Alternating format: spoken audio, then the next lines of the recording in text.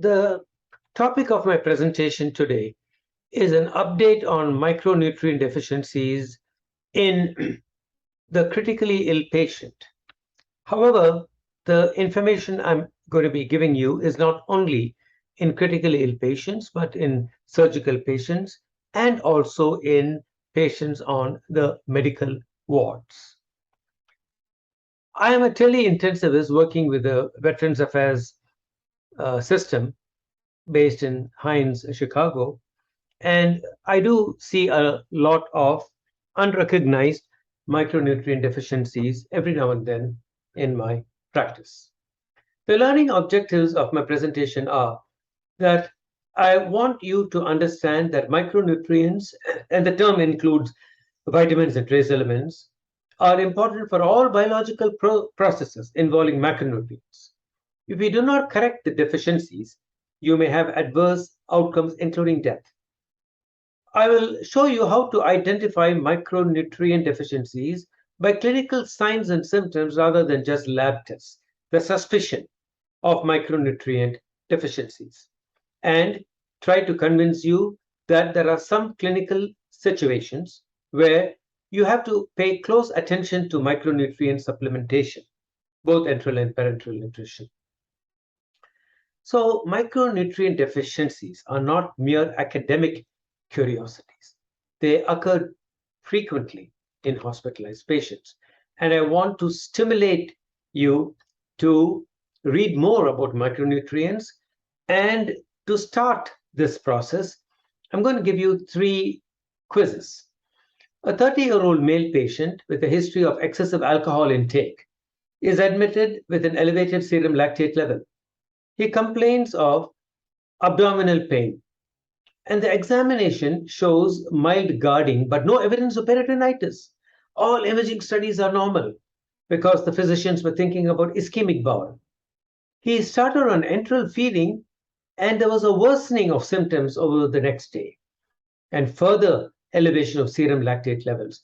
What do you think has happened in this patient? Is it indeed ischemia of the bowel because of enteral feeding? Is it thiamine deficiency, hepatic insufficiency, or toxicity due to contamination of the alcohol with heavy metals? Another 40-year-old patient has been on total parenteral nutrition for ulcerative colitis, and multiple trace elements and multivitamin preparations were indeed added to the parenteral nutrition infused aid. The original formula was reordered every day by the resident. Now, after 20 days, the patient developed congestive heart failure. Echocardiography showed a low ejection fraction.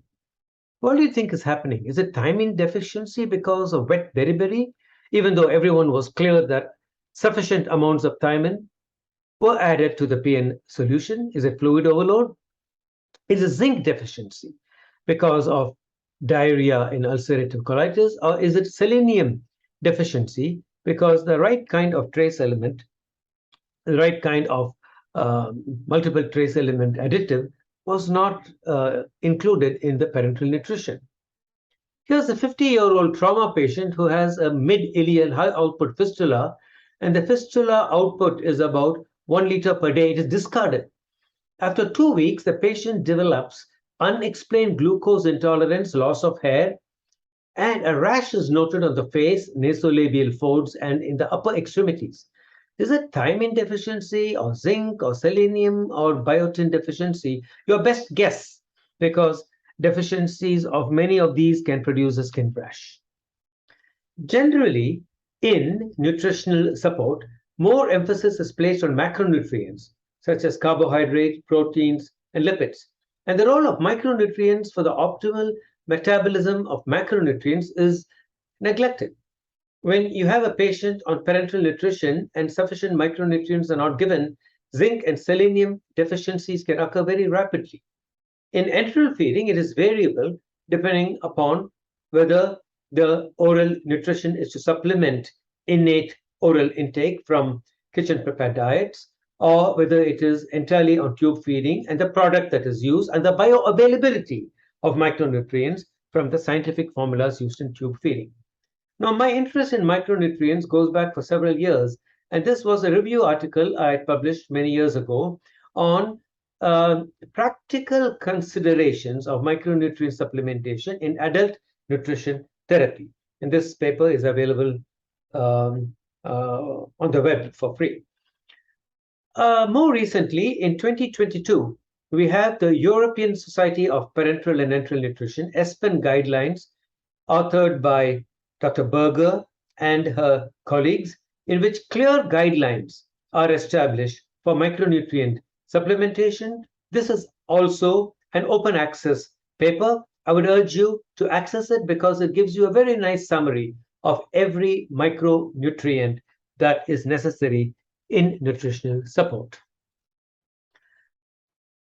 I was proud to be an author of this paper entitled Parenteral Provision of Micronutrients to Adult Patients, an expert consensus paper. And this was published in the Journal of Parenteral and Enteral Nutrition in 2019. Basically, even though we recommend that micronutrients should be added to parenteral nutrition, it's not always followed because of delays in initiating or the optimal formulation is not available. Now, there are specific conditions where you may need more micronutrients. The expert consensus opinion was that you need to be accountable. The doctor, the dietitian, the pharmacist, everyone should be accountable to make sure that the ratio of parenteral nutrition formulas to micronutrient addition should be 1:1. You cannot be giving parenteral nutrition without micronutrients, multiple trace elements, and multiple vitamins. So the paper was mainly to sensitize clinicians about the important role of micronutrients and to convince everyone that this is an integral component of nutrition therapy. The sites of micronutrient absorption are mainly the duodenum and the proximal jejunum. Small amounts of copper and iodine are known to be absorbed from the stomach. But iron, zinc, copper, selenium, the B1 vitamins are mainly in the duodenum. And that is why if the duodenum is bypassed, deficiencies of these multivitamins and trace elements occur. The jejunum is responsible for D, K, C, and folate. And we're all familiar with the role of the terminal ileum in absorbing vitamin B12 in the presence of intrinsic factor secreted by the stomach. And the same information is presented in a graphic form here. Note that vitamin K is also absorbed in the colon. Most vitamins and trace elements are stored in the liver. Large doses of fat-soluble vitamins and trace elements can cause hepatotoxicity. Micronutrients catalyze and regulate fundamental biological processes, and these processes affect organ dysfunction. Poor wound healing can occur if you do not have enough micronutrients. Immune status is affected, and there are deleterious sequelae, including death. Micronutrients work in unison rather than individually. We'll talk a little bit more about why it is not scientific to give mega doses of individual micronutrients, because trace elements and vitamins both work hand in hand. From the early 2000s, 2020, 09, and 06, the American Society for Parenteral and Enteral Nutrition and the Society for Critical Care Guidelines clearly have stated that vitamins and trace elements should be components of all parenteral nutrition solutions and enteral formulas. The AMA, way back in 1975, has actually stated that you need 13 essential vitamins and several trace elements: zinc, copper, chromium, manganese, and selenium. And these guidelines are generally applicable to the non-hospitalized patients, to the general healthy population. The exact requirement for critically ill patients is really unknown. There is also a confusion about the terminology. When you have suboptimal intake, you can have a deficit. When you repeat it, you call it complementing the oral intake or parenteral nutrition. And you get back the serum levels into the reference range. More about serum levels later. But supplementation usually means giving mega doses, for which, again, as I've said, there is no rule. The conditions where I worry about micronutrient deficiencies are alcohol abuse, where thiamine, folate, B6A, and zinc deficiencies may occur.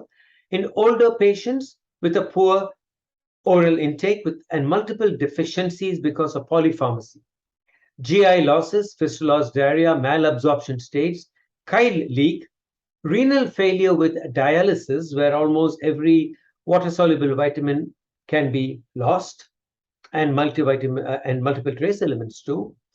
Obesity, pre and post-bariatric surgery is another common condition where micronutrient deficiencies occur. In an obese patient, even if oral supplements are given, micronutrient deficiencies are still seen. The reasons are not very clear. There are wide variations in the report, but practically every vitamin and trace element has been reported to be deficient. And when you combine the search words obesity, critical care, and micronutrients, there is a paucity, because level 1 evidence to show that it is really needed is very difficult to actually come by. After bariatric surgery, you may have micronutrient deficiencies again, even though supplements are given. And this is more common after bypass procedures than after restricted procedures like gastric banding, where the duodenum is preserved. All fat-soluble vitamins, all B vitamins, iron, zinc, and copper deficiencies have been seen. I've seen patients with skin rashes after bariatric surgery sent to a dermatologist who didn't think about zinc deficiency. I've seen patients with paraplegia due to copper deficiency, and the neurologist was not even aware that copper deficiencies post-bariatric surgery can cause neurologic symptoms. Now, do we need to monitor vitamins and trace element status? Well, they're not routinely done in short-term nutrition therapy because tests are not available easily. To check for trace elements, you need special collection apparatus. Several forms of vitamins and provitamins are present in the blood. Not necessarily the active forms. You may have the metabolite of the vitamins. There are several forms of vitamin E, and so how do we actually analyze which particular lab result is the right thing to go by? So for that reason, we usually don't check the levels of vitamins unless there is a specific reason. And especially in trace elements, levels do not indicate deficiencies, because in stress conditions, there is a sequestration of several trace elements, iron and zinc, for example, into the reticuloendothelial system, which is a phylogenetic response of the body to protect the body against bacterial infection. And this, because this is a redistribution, it is really not a true deficiency. You may supplement with vitamins and trace elements, but the serum levels don't go up. So even though there are so many limitations, blood tests are the best available tools available to us in clinical practice. In patients who are on long-term parenteral nutrition, especially when higher than normal doses of a specific micronutrient and trace element is being given to the patient, then serum levels are needed. When you have hepatic or renal insufficiency, again, it is needed. Mainly in hepatic insufficiency, zinc is easily excreted in the GI secretions, but copper and manganese are excreted in the bile. And so you may have deficiencies, you may have toxicity because of copper and manganese in patients on TPN with hepatic insufficiency. And after bariatric surgery, with all the difficulties faced by the patient for undergoing bariatric surgery, it is recommended that trace element levels should be obtained. There are certain skin and mucosal changes that occur with almost all B vitamins, niacin, biotin, vitamins A, C, E, and zinc.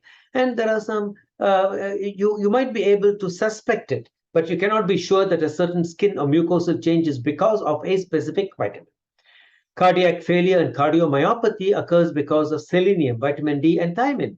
There are vitamin D receptors in the myocardium. Anemia, well known to us, occurs because of iron, B12, folate, and copper deficiency.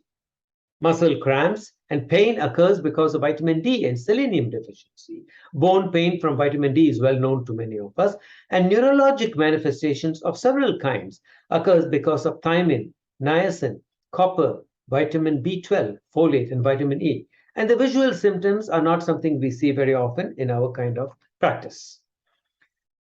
This is a nice paper which shows beautiful images of micronutrient deficiencies in chronic conditions, again, easily available, published in 2019 in the journal Nutrition in Clinical Practice. I would urge you to get this because it's very useful in clinical practice to actually look at images.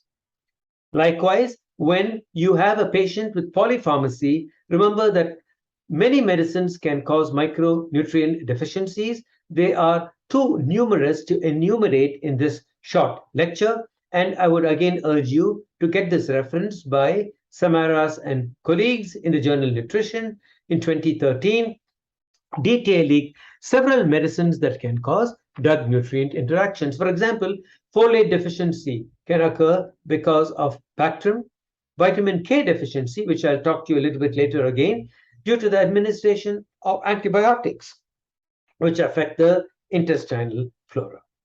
Now, we don't have time to talk about all vitamins and trace elements, but I'm going to show you a few of them. Thiamine is extremely important for getting the pyruvate into the acetyl coenzyme A system using pyruvate dehydrogenase. If you do not have enough thiamine, then lactic acid accumulates in the body and the tricarboxylic acid cycle and the production of ATP is affected. So unexplained lactic acidosis is because of thiamine deficiency and occurs in patients with a high carbohydrate intake, alcoholics, refeeding syndrome, and iatrogenic conditions where you forgot to give enough thiamine. It has been shown in patients with short gut syndrome after a high carbohydrate intake, eating ice cream, for example, with a truckload, and manifestations of thiamine deficiency can occur.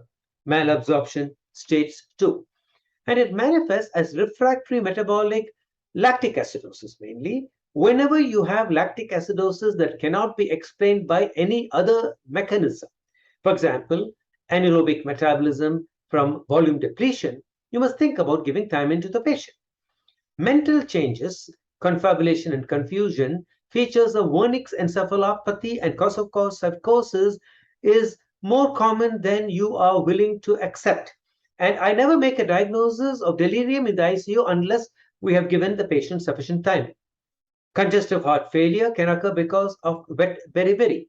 I've seen patients with congestive heart failure in the ICU who underwent an angiogram, except later to be told that to be conveyed to the cardiologist that this is because of B1 deficiency or selenium deficiency. Abdominal pain, which is called GI beriberi, is a very peculiar condition where patients actually have severe excruciating abdominal pain because of thiamine deficiency. And I've had patients where at laparotomy, the abdomen is perfectly normal, but because thiamine was given to the patient prior to the operation, the lactic acid level came down by the end of the procedure. Thiamine deficiency is now accepted to be a component of refeeding syndrome, and unexplained metabolic acidosis and congestive heart failure are the main features of thiamine deficiency.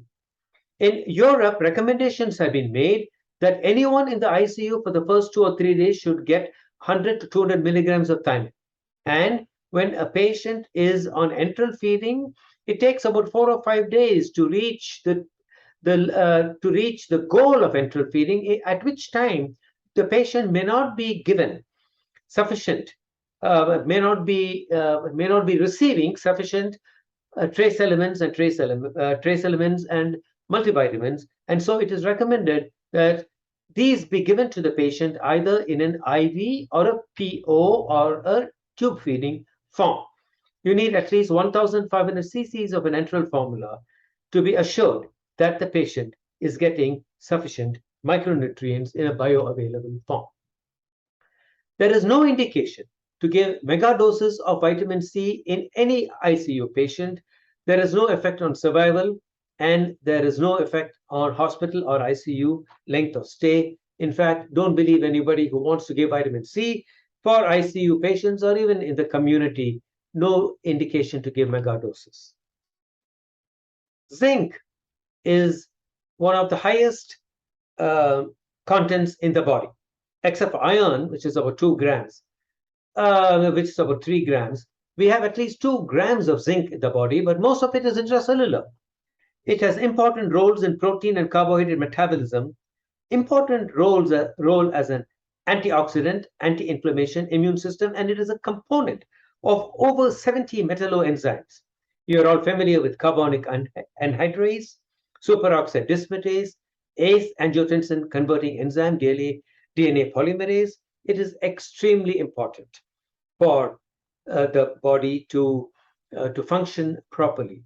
For example, for the production of collagen in the body.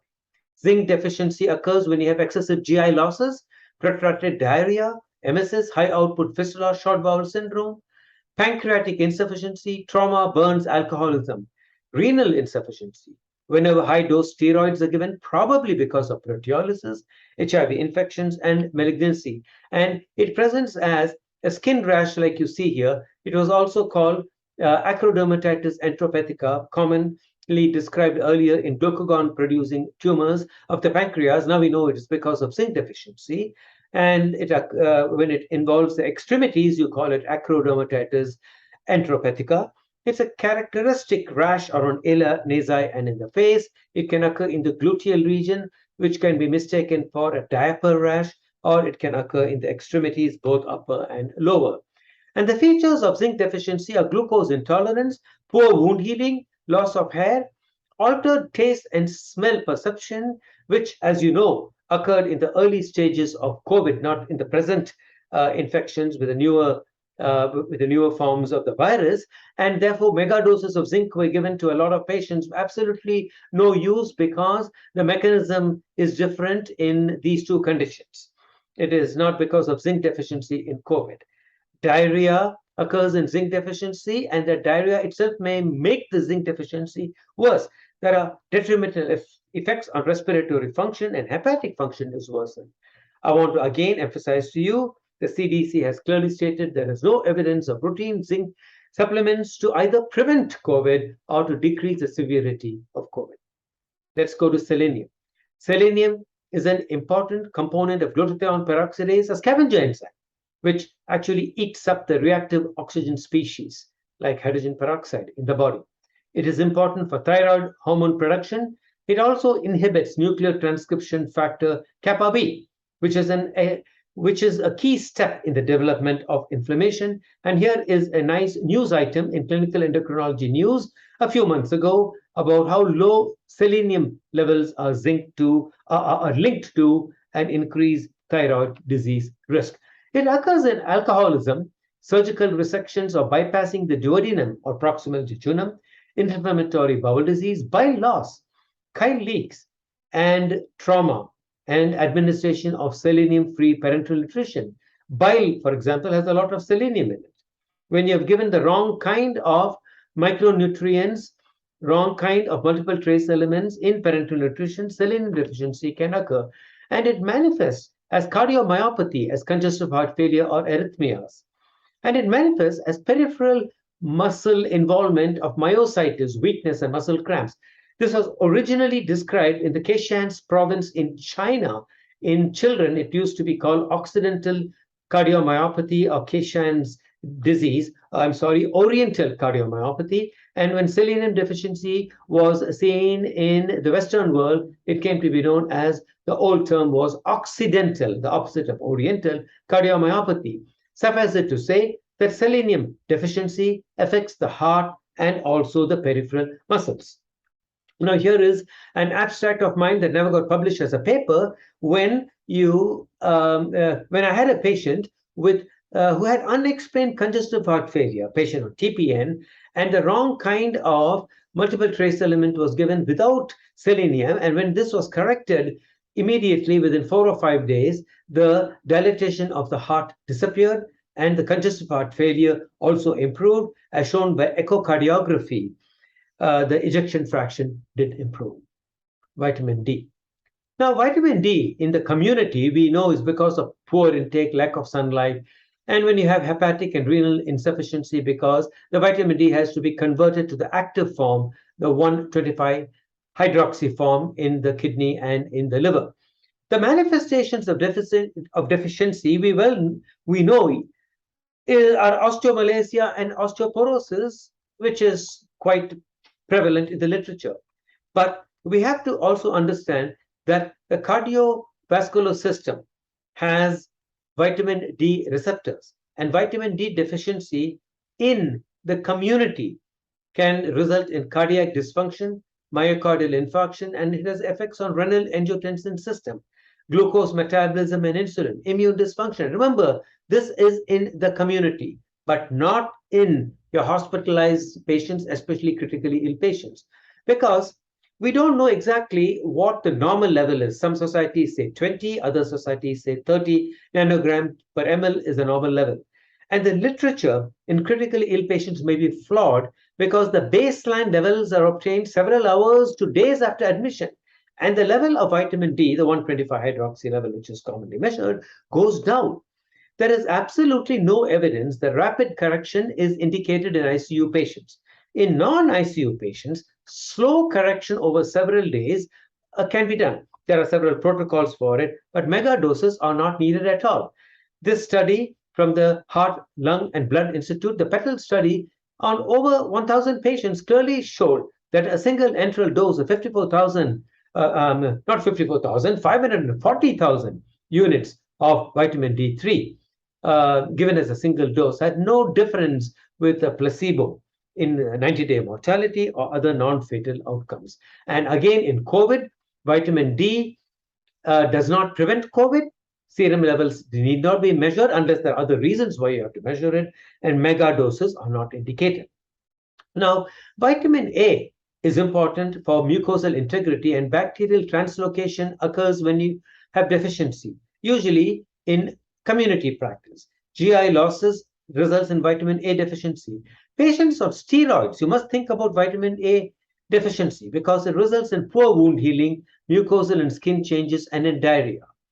Now, the reference shown here from 2000, steroids and retinoids have antagonistic effects on growth factors and collagen deposition, is used to recommend giving vitamin A 5,000 units enterally or orally for about 5 days in all patients who are on steroids and have gone to have major surgery, like ulcerative colitis, for example, and colon resections. So we routinely give them about 5,000 units of vitamin A. Now, if you ask me, do you have level 1 evidence? No, because randomized studies can never be done on the benefits of vitamin A. It is quite safe to give it. So most of us recommend giving vitamin A to patients who are on steroids and who are undergoing surgery. But remember, toxicity can occur in renal failure, and we do not have modified multivitamin preparations meant for renal failure in the US, and therefore only standard doses are recommended. Vitamin K is important for coagulation and less understood for bone metabolism. Now remember, there are no storage forms of vitamin K. Vitamin K is present either in the diet or it is produced by bacteria. If you don't give enough food to the patient, then vitamin K is not absorbed. It's not available for absorption. When you kill the bacteria in the colon, then bacterial synthesis goes down. So you have a vitamin K deficiency within 4 or 5 days because there is no storage form. You might say, I got a prothrombin time, but the prothrombin time may not detect subclinical deficiency.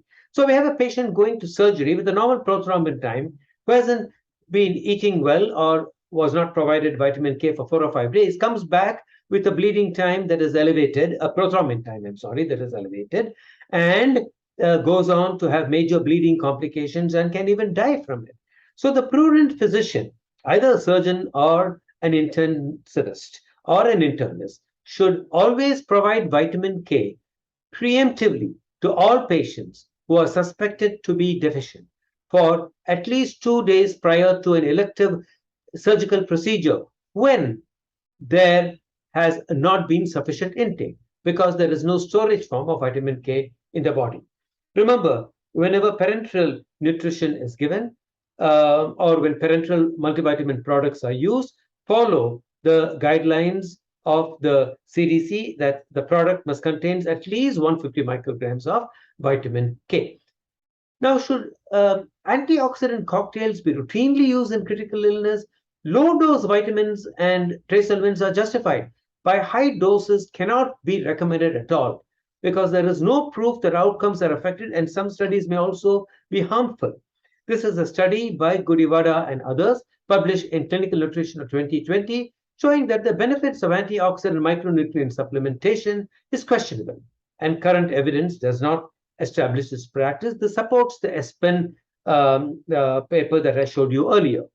And this is a paper in which I was proud to be an author of. It was a comparison meta-analysis when multiple trace elements were used in a very complex statistical analysis, which was done by a qualified statistician. The conclusion of close to 5,000 patients clearly showed there was no evidence to support antioxidant micronutrient supplementation over and above the recommended daily allowances or present in standard enteral or parenteral nutrition. And this is, of course, specific to critical care. So we come to the quiz again. This patient, a 30-year-old patient with alcohol intake history, elevated serum lactate levels, abdominal pain, is clearly a vitamin B1 deficiency. And the 40-year-old patient with ulcerative colitis who got the wrong kind of multi-trace element admixture is clearly a selenium deficiency. The skin rash, I don't need to convince you, is because of zinc deficiency. The key points of my presentation are I showed you the general and safe guidelines, and I used the ASPEN, American Society for Parenteral and Enteral Nutrition, and the Society for Critical Care Medicine guidelines. Clinical interpretation of micronutrient levels may not be very useful because, as I said earlier, many of the trace elements are present inside the cell, and we measure only the serum levels. A high index of suspicion and awareness is needed. Parenteral and enteral formula should contain the recommended amounts of micronutrients. If using the GI tract, make sure that it is in the bioavailable form in the scientific formulas that are available. Thank you very much.